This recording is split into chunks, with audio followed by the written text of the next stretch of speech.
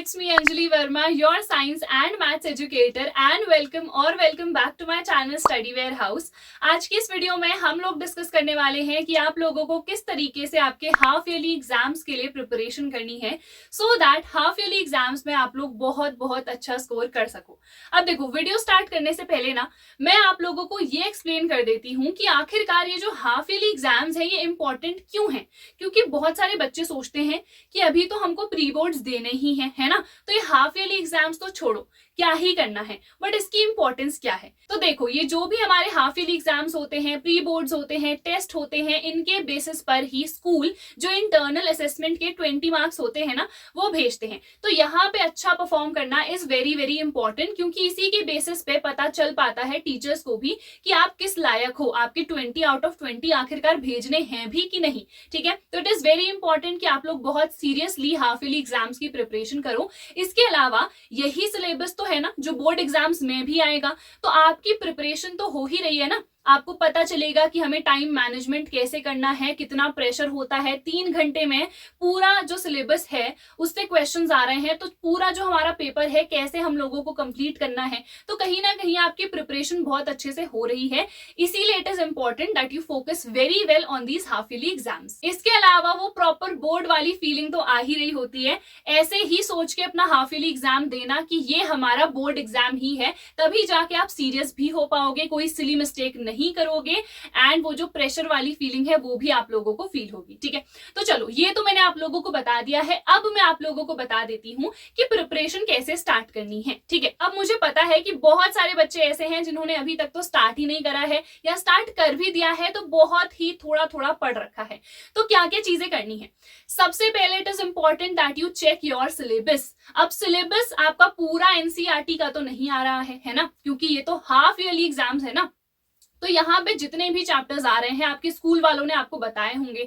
अगर आप लोग एब्सेंट थे या फिर एब्सेंट माइंडेड थे और आप लोगों को नहीं पता कि भैया कौन से चैप्टर्स आ रहे हैं, सो इट इज बेटर कि आप लोग अपने क्लासमेट से पूछो कि भैया हमारे कौन कौन से चैप्टर्स आ रहे हैं। हर स्कूल में अलग अलग होगा, क्योंकि टीचर्स ही डिसाइड करते हैं कि कौन कौन से चैप्टर्स उन्होंने पढ़ा लिए हैं और वो कौन कौन से चैप्टर्स देने वाले हैं। जैसे कि केमिस्ट्री में 2 चैप्टर्स आ रहे हैं कुछ स्कूल में, कहीं पे 3 चैप्टर्स आ रहे हैं। सिमिलरली मैथ्स में पूरी एनसीईआरटी नहीं आ रही है, आधा ही सिलेबस आ रहा है, कहीं पे आधे से ज्यादा आता है। ठीक है, तो सबसे पहले देख लो कि आपका एग्जैक्ट सिलेबस क्या है। अब सबसे पहले जब आप स्टार्ट करने वाले हो तो हमेशा जो भी इजी चैप्टर्स हैं उनसे स्टार्ट करो। ठीक है, और जो भी मोस्ट इंपॉर्टेंट चैप्टर्स हैं उनसे भी स्टार्ट करो। अब मैम दोनों कह दिया, किससे स्टार्ट करें? तो इजी से स्टार्ट करो। ठीक है, क्योंकि इजी से जब स्टार्ट करोगे तभी आपका मन लगे रहेगा पढ़ाई में। ठीक है, और जो मोस्ट इंपॉर्टेंट है उन पे तो फोकस करना ही करना है, क्योंकि मैक्सिमम क्वेश्चंस वहीं से आएंगे। अगर नहीं पता है तो आप लोग कॉमेंट कर देना, मैं वीडियो बना दूंगी कि कौन कौन से मोस्ट इंपॉर्टेंट चैप्टर्स हैं, मोस्ट इंपॉर्टेंट टॉपिक्स हैं हर एक सब्जेक्ट में। अब जब आप लोगों ने अपना सिलेबस देख लिया है तो अब आपको डिसाइड करना है कि हमें अच्छे तरीके से पढ़ना है, और उसके लिए आप लोगों को अपनी टू डू लिस्ट या फिर टाइम टेबल बनाना पड़ेगा। अब टाइम टेबल ना बिल्कुल अनरियलिस्टिक नहीं होना चाहिए कि आपने लिख दिया दिन के मुझे 4 सब्जेक्ट करने हैं, 5 करने हैं, एक दिन में मैं 2 चैप्टर्स कंप्लीट कर दूंगी। This is completely unrealistic. तो एक रियलिस्टिक सा टाइम टेबल या फिर टू डू लिस्ट आप लोगों को बनानी है कि जैसे कल से मान लो मैं स्टार्ट कर रही हूं तो मैंने पहले ही दिन लिख दिया है कि मुझे केमिस्ट्री का पहला चैप्टर कंप्लीट करना है। ठीक है, और कैसे कंप्लीट करना है वो भी लिखो। आप 1 शॉट लेक्चर देखने वाले हो, अगर देखने वाले हो तो पहले ही डाउनलोड करके आप लोग उसको रख लो। ठीक है, इसके अलावा नोट्स आप लोग अपने बनाओ। अभी उतना ज्यादा टाइम नहीं है तो शॉर्ट नोट्स भी बनाओगे ना तो वो भी चलेगा। ठीक है, या किसी और के नोट से भी अभी आप लोग पढ़ सकते हो। तो ये सारी चीजें डिसाइड कर लो कि हमें क्या क्या करना है। केमिस्ट्री हो गया, मैथ्स हो गया, या पूरा साइंस आप कंसिडर कर रहे हो, एसएसटी कंसिडर कर रहे हो, तो जो भी सब्जेक्ट्स आपके बचे हैं जिसमें सिलेबस नहीं हुआ है, आप जल्दी से सिलेबस देखो और अपनी टू डू लिस्ट बनाओ सबसे पहले अभी बैठ के कि आपको क्या क्या काम करने हैं, कौन कौन से चैप्टर्स हैं, कौन कौन से टॉपिक्स हैं जो आप लोगों के बचे हैं। ऑल्सो ये भी पहले ही डिसाइड कर लो कि कितने घंटे आप लोग पढ़ने वाले हो और कौन कौन से सब्जेक्ट्स पढ़ने वाले हो, कितने सब्जेक्ट्स आप लोग एक दिन के लेने वाले हो। जनरली मैं हमेशा यही कहती हूँ कि आप लोग मैक्सिमम एक दिन के 2 ही सब्जेक्ट लो, बट अगर अभी आप लोगों को लग रहा है कि यार सिलेबस बहुत ज्यादा है, पढ़ना अभी तक तो हमने स्टार्ट करा नहीं था, तो आप दिन के 3 सब्जेक्ट भी ले सकते हो। ठीक है, बट डिसाइड कर लो कि आपको पढ़ना कब है, सुबह पढ़ना है या फिर रात को पढ़ना है, क्योंकि दिन में ऑब्वियसली आप लोग स्कूल जा रहे होगे, है ना। तो अर्ली मॉर्निंग या फिर पढ़ो या तो लेट नाइट पढ़ो, दोनों में से एक तो करना ही करना है, तभी जाके आपका जो सिलेबस है टाइम पे कंप्लीट हो पाएगा और आप लोग बहुत अच्छे मार्क्स जो है स्कोर कर पाओगे अपने हाफ ईयरली एग्जाम्स में। अब हमने डिसाइड तो कर लिया कि हमें क्या क्या पढ़ना है, कैसे पढ़ना है, अब कहाँ से पढ़े, है ना। तो वन शॉट लेक्चर्स आप लोगों को देखने हैं। अभी के लिए आपको बहुत ज्यादा डिटेल लेक्चर्स 10-10 घंटे वाले नहीं पढ़ने हैं, क्योंकि फिर सिलेबस कंप्लीट नहीं हो पाएगा।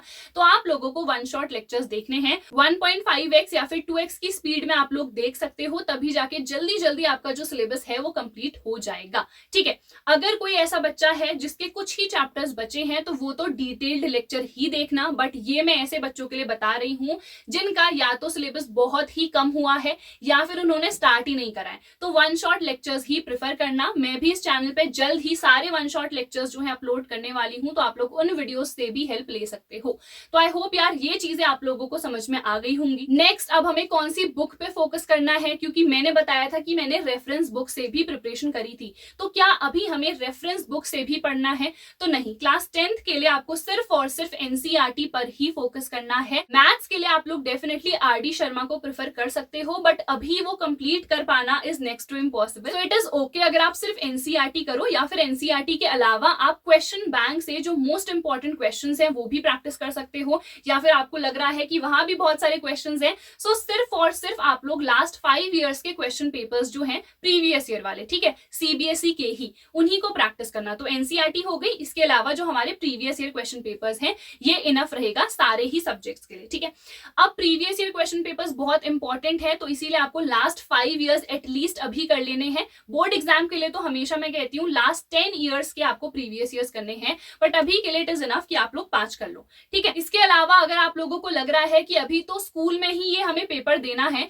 तो हम बोर्ड एग्जाम के नहीं करना चाहते हैं, तो अगर आप लोगों को स्कूल वाले ही प्रीवियस ईयर्स कहीं से मिल जा रहे हैं, जुगाड़ हो जा रहा है, तो वो प्रीवियस 5 साल के पेपर भी आप लोग प्रैक्टिस कर सकते हो। या तो सीबीएसई के कर लो अगर नहीं मिल रहा है, या अगर स्कूल वाले ही प्रीवियस ईयर मिल रहे हैं तो आप लोग उनको भी प्रैक्टिस कर सकते हो। ठीक है, इसके अलावा written practice is very very important. आपको पता होना चाहिए कि जब हम साइंस में कोई भी आंसर लिख रहे हैं, एसएसटी में कोई भी आंसर लिख रहे हैं, तो हमको कीवर्ड्स को मेंशन करना है, पॉइंट्स में लिखना है, बहुत लंबे लंबे पैराग्राफ्स नहीं लिख देने हैं, कीवर्ड्स को हाईलाइट करना है। मैथ्स में जब भी कोई भी हम सम सॉल्व कर रहे हैं तो हमें हर एक स्टेप को मेंशन करना है। कुछ नहीं भी समझ में आ रहा है तो फॉर्मूला तो हम लोगों को एटलीस्ट मेंशन करना ही करना है। ठीक है, तो ये जब आप रिटन प्रैक्टिस करोगे ये चीजें आप लोगों को तभी आएंगी। ठीक है, भले ही जब आप हाफ ईयरली एग्जाम दोगे तो भी आपकी प्रिपरेशन होगी, बट उस एग्जाम से पहले भी थोड़ी बहुत तो रिटन प्रैक्टिस कर लेना। तो एक आध जो पेपर हैं कोई भी प्रीवियस ईयर का उठा लेना, ठीक है, उनसे आप लोग खुद से प्रैक्टिस करना स्टार्ट कर दो कि अगर ये क्वेश्चन आया होता मेरे बोर्ड एग्जाम में तो मैं किस तरीके से लिखती, क्या मैं पॉइंटर्स में लिख रही हूँ, क्या मैं पैराग्राफ में लिख रही हूँ, क्या मैंने कीवर्ड्स मेंशन करे हैं या नहीं, हर एक चीज खुद से एनालाइज करो। लास्ट में जितना भी आप लोगों ने पढ़ लिया है उसको रिवाइज जरूर कर लेना, क्योंकि बहुत बार ऐसा होता है हम सोचते हैं कि यार ये चैप्टर तो मैंने कब के कंप्लीट कर ही लिया था तो मुझे तो सब कुछ आ ही गया है, बट ऐसा होता नहीं है, हम कुछ चीजें भूल जाते हैं। तो लास्ट मिनट रिवीजन जो है बहुत बहुत ज्यादा इंपॉर्टेंट है, और जो भी ऐसे बच्चे हैं जिन्होंने पहले ही इनफ पढ़ लिया था वो वापस से अभी रिवाइज कर लो। रिविजन कैसे करना है, तो जो भी आप लोगों के हैंड रिटन नोट्स हैं उनसे आप लोग रिवाइज करो। अगर नहीं बनाए हैं तो कोई से भी हैंड रिटन नोट्स का आप लोग यूज कर सकते हो, या फिर सिंपली एनसीईआरटी से आप लोग रिविजन कर लो। वैसे तो हमेशा मैं कहती हूँ कि खुद के हैंड रिटन नोट्स बनाना बहुत बहुत ज्यादा जरूरी है, तो नहीं बनाए हैं तो कोई बात नहीं, एक बार ये हाफ ईयरली एग्जाम्स हमारे निपट जाएं उसके बाद सारे हैंड रिटन नोट्स आप लोगों को जरूर बना लेने हैं। ठीक है, लास्ट में जो एग्जाम हॉल की हमारी स्ट्रैटेजी होनी चाहिए वो मैं आप लोगों को बता देती हूँ। तो सबसे पहले हम लोगों को 10-15 मिनट तो मिलते ही है पेपर को पढ़ने के लिए। ठीक है, अब उसको यूटिलाइज कैसे करें। अगर आपको ऐसा लगता है कि अगर मैं हर एक सेक्शन देखूंगी तो मैं बहुत कंफ्यूज हो जाऊंगी, क्योंकि होता है बहुत सारे बच्चों के साथ, अगर वो देखते हैं ना एक साथ क्वेश्चंस और एक भी क्वेश्चन ऐसा दिख जाए जो नहीं आता है तो एंग्जाइटी होने लगती है। तो इट इज बेटर कि आप सिर्फ जो एमसीक्यू वाला सेक्शन है उसको सॉल्व कर लो, सो दैट जितने भी क्वेश्चंस हैं आपने देख लिया है कि अच्छा ये आंसर्स हैं और ये मुझे आते हैं, तो जैसे ही शीट आई पहला सेक्शन आपका कुछ ही मिनटों में खत्म हो गया। ठीक है, या फिर अगर आप चाहते हो कि हर एक सेक्शन को मैं एक बार देख लूं, सो that is also okay and that is better also, क्योंकि जब आप हर एक सेक्शन को देखोगे ना तो आपको आइडिया लग जाएगा कि कौन सा ऐसा सेक्शन है जो मुझे बेस्ट तरीके से आता है। अगर मान लो सेक्शन ए के जो क्वेश्चंस हैं वो स्टार्टिंग के ही मुझे नहीं आते हैं, तो नहीं आते हैं मतलब मैं नहीं अटेम्प्ट करूंगी या फिर मेरा आंसर गलत होगा, तो टीचर के सामने गलत इंप्रेशन जाएगा कि भैया इस बच्चे को तो आता ही नहीं है कुछ। बट सेक्शन बी के ऐसे क्वेश्चंस हैं या सेक्शन ई के ऐसे क्वेश्चंस हैं जो मुझे सारे के सारे आते हैं, तो अच्छा इंप्रेशन जाएगा ना कि वाओ यार इस बच्चे को तो सारे के सारे क्वेश्चंस आते हैं। सो टीचर भी उसी माइंडसेट से आप लोगों की जो शीट्स है उनको चेक करते हैं, ठीक है। तो आई होप यार आप लोगों को समझ में आ गया होगा कि किस तरीके से पेपर को भी आप लोगों को अटेम्प्ट करना है। उसी सेक्शन से स्टार्ट करो जिसमें आप कॉन्फिडेंट हो कि इसमें मुझे मैक्सिमम क्वेश्चंस आते हैं, ठीक है। तो हर एक चीज मैंने आप लोगों को बता दी है, कैसे प्रिपेयर करना है, कहां से प्रिपेयर करना है, क्या हाफ ईयरली एग्जाम्स की इंपॉर्टेंस है, एंड जब आप पेपर देने जा रहे हो तब आपके दिमाग में क्या क्या चीजें होनी चाहिए।